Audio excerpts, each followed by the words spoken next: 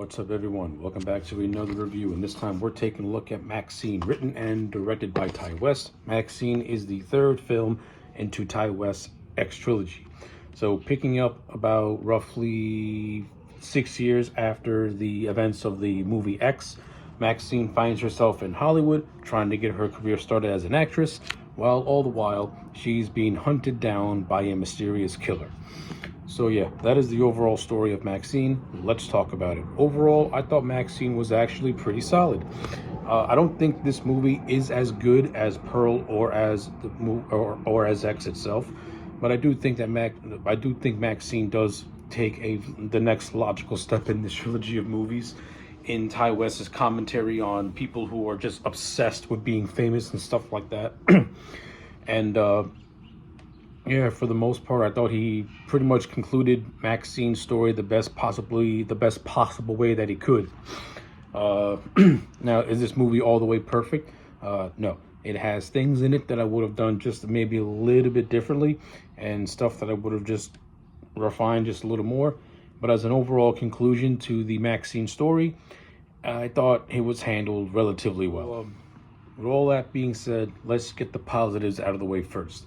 Once again, Mia Goh returns as the character of MaXXXine, and just like her performance in Pearl and just like her performance in X, she completely loses herself in this role. She is the character of MaXXXine. She plays this role so well, and you can tell that this woman is putting her heart and soul into this performance. I can't say enough about Mia Goh as the character of MaXXXine.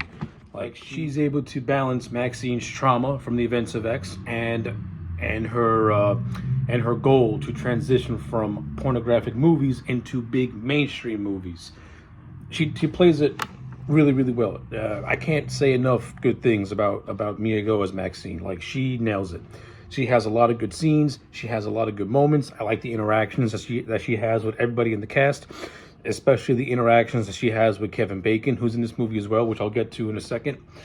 But yeah, overall, Mia Goh, she is the star of this movie, and yeah, you can pretty much tell, and it's pretty much no shocker that the X trilogy is really going to jumpstart her career into the big leagues very, very, very soon. As I mentioned, Kevin Bacon's in this movie. He plays a private detective by the name of John Sebast, who is hired by our mysterious villain to kind of track down MaXXXine, and is more or less threatening to expose her past, which is the events that took place in that last movie. I like Kevin Bacon in this movie. I like how he plays a sleazy New Orleans private detective. I like the scenes that he has with MaXXXine. I think Ty West did a great job at making them feel very just intense and not knowing what direction it's going to go in. And I overall thought that the PI also has a very satisfying death, in which he gets crushed in a junkyard.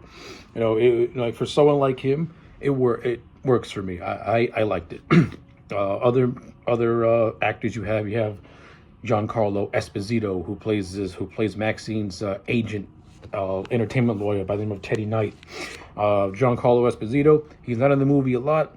I would have liked to see more scenes with him, but as the character of Teddy Knight, he brings a lot of just sleazy charisma. He brings a lot of sleazy charisma to the role, and I like the fact that he's more or less MaXXXine's closest confidant and somebody who has her back 100%. So you can't go wrong with that.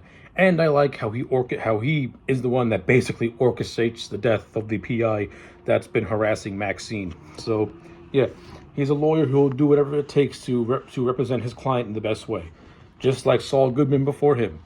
So that, yeah, I kind of like that. You also got Bobby Cannavale and Michelle Monaghan, who play these two detectives who are investigating a bunch of murders that have been happening to a bunch of Hollywood starlets. I like them in the role as well, though I think you could have got a lot more mileage out of them.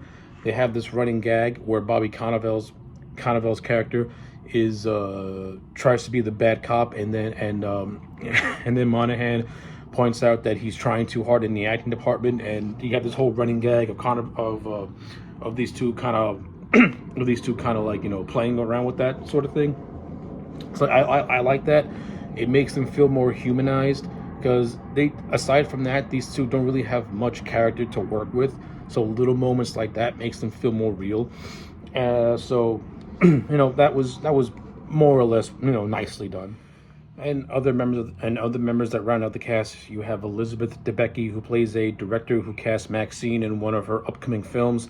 Debicki's character is fully aware of Maxine and where she comes from and what she's trying to accomplish, but she also tries to mentor Maxine and schools her that if you don't play by the Hollywood rules, then they're just going to chew you up and spit you out. So I kind of like that.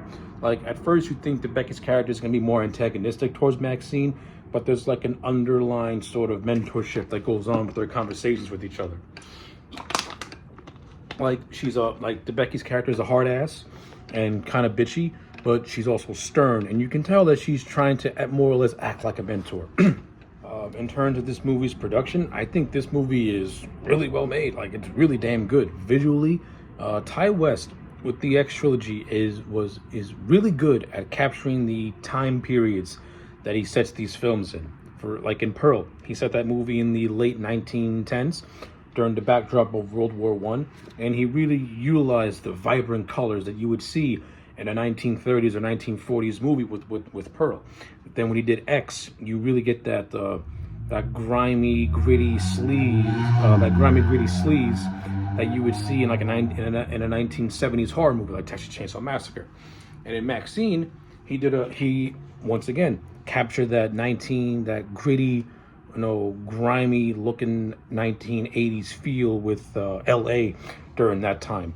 And he set this movie against the backdrop of the Night Stalker murderers, which doesn't really intertwine with the plot itself, but it's something that's underlined and it's there. I think the movie would have been a little bit more interesting if it would have like played up its fictitious killer with that of the Night Stalker killer to kind of give it more of like a realistic feel to it, because it just feels that the whole Night Stalker is there just to give the presence off of being in 1985, and that's pretty much it. In terms of this movie's overall story, the movie's overall story was actually well written for the most part, in which the sins of Maxine are starting to catch up with her. And it's revealed that the guy that's been going around killing everybody throughout the course of the movie is revealed to be Maxine's televangelist father. And I get the reveal, and I get what Ty West was going for. He was going for so during the 1980s, you have the whole satanic panic and these fundamentalist groups coming and going against like heavy metal music and horror movies or violence things and stuff like that.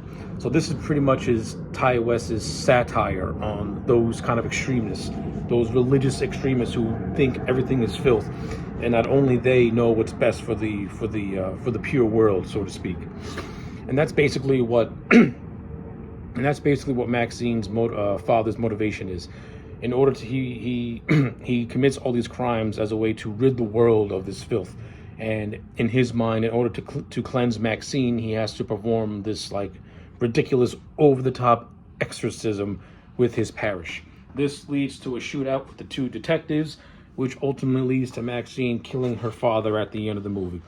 I think the last 10-15 minutes of the movie is fine. I mean, I can see how the twist can be sort of a letdown for a lot of people, but if you go back to that movie X, it kind of makes sense and it informs it a little bit, so I can forgive it. But I do agree that the final confrontation between Maxine and her dad is a bit of a letdown.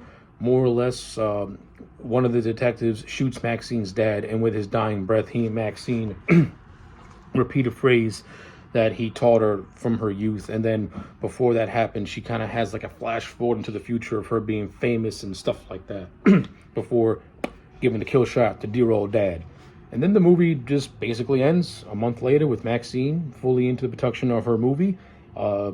Hasn't really changed much as a character. She's still snorting cocaine and still crazed to be a star. So, yeah, that's basically Maxine in a nutshell. Overall, I thought Maxine was a fun horror movie. It was good, really well directed, really well made. For the most part, nicely written.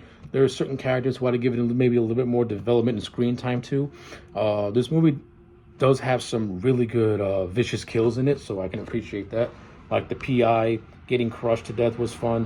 One of Maxine's friends being brutally assaulted in his video store was also a really graphic scene. And the scenes with Sebast and with Kevin Bacon and Mia Goh, those scenes to me really hold this movie up, and those scenes are really nicely done. especially where the PI chases Maxine around the set where Hitchcock filmed Psycho. Yes, the base motel and the Psycho house make an appearance in this movie, and it actually plays a role in one of the scenes, and I love it. So that's big points for me. So yeah, I'm going to give MaXXXine a solid 8 out of 10. If you've not seen this movie, check it out, especially if you like the X trilogy. So yeah, those are my thoughts. Let me know yours in the comment sections down below. Like the video and subscribe, and I'll check you back next time for more.